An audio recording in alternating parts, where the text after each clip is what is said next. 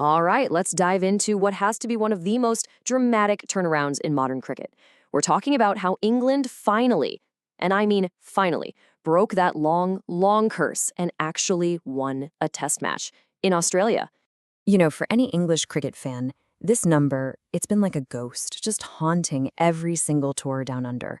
14 years. Think about that. A whole generation of players, of fans, had never, ever seen their team win a test in Australia. It wasn't just a losing streak, right? It genuinely felt like a curse.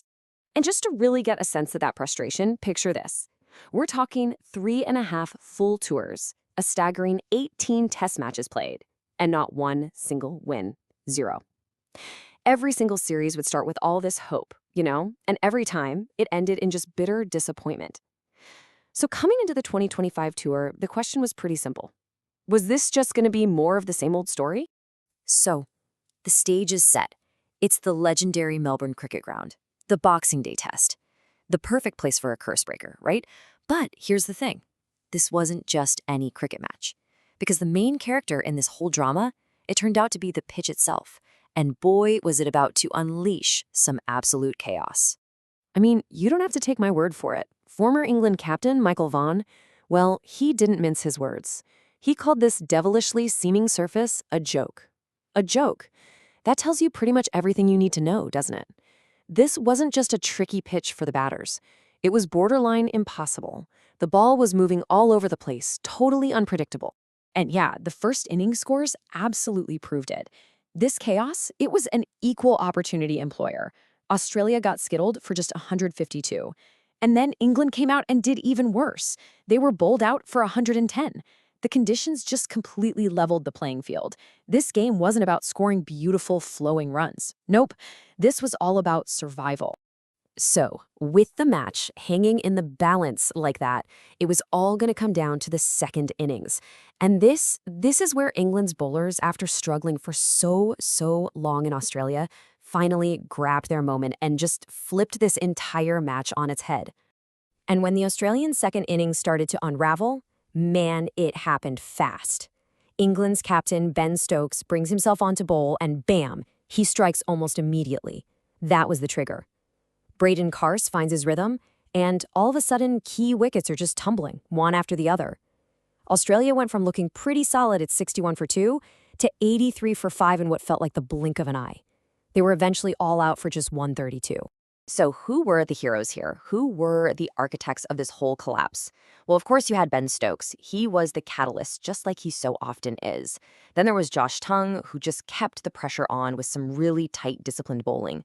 But the absolute star of the show, that had to be Braden Carse. He took 4 massive wickets, including the super dangerous Travis Head. It was just a complete team effort with the ball. And so the equation was set. 175 runs. That's what England needed. On a pitch that, remember, was being called a joke, this felt like a monumental task, but the target was clear. Score 175 runs, and you end 14 years of pain. You finally break the curse. Okay, on to the final act, the chase. And what does England do? They decide to fight fire with fire. There was no cautious chipping away at this total. Oh no. They chose to embrace that whole run towards the danger style of cricket. They were going to take the attack right to the Aussie bowlers. And wow, what a start it was. The openers, Zach Crawley and Ben Duckett, they just came out firing. They put on 51 runs in just 42 balls. I mean, that was England's best opening stand of the entire series, and it was a huge statement. It just immediately shifted all the pressure right back onto Australia. And really, this win was built on a bunch of crucial, quick-fire scores.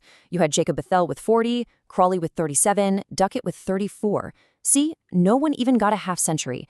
But together, all those little contributions built the foundation that got England so close to that historic win. But, of course, this is Australia we're talking about. They were never going to just give up. They kept chipping away.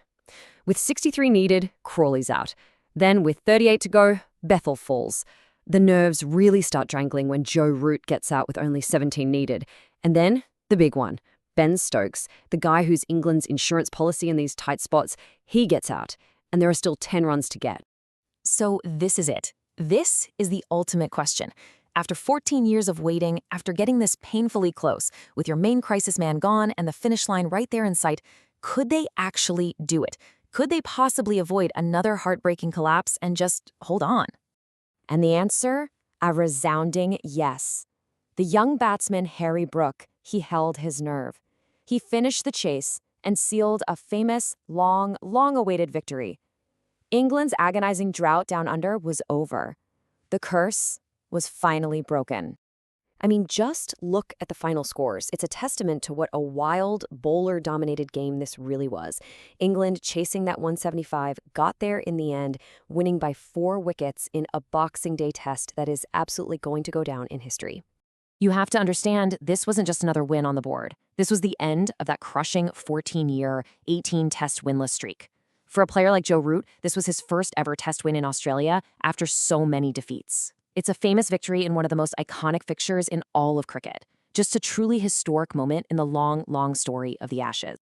And so that leaves us with one final thought, right? A curse that has basically defined a whole generation of this rivalry is now broken. But what does a win this dramatic on a pitch this chaotic? What does it actually mean for the future of the Ashes? Was this just some kind of one-off miracle, or is this the start of a brand new and maybe more competitive chapter?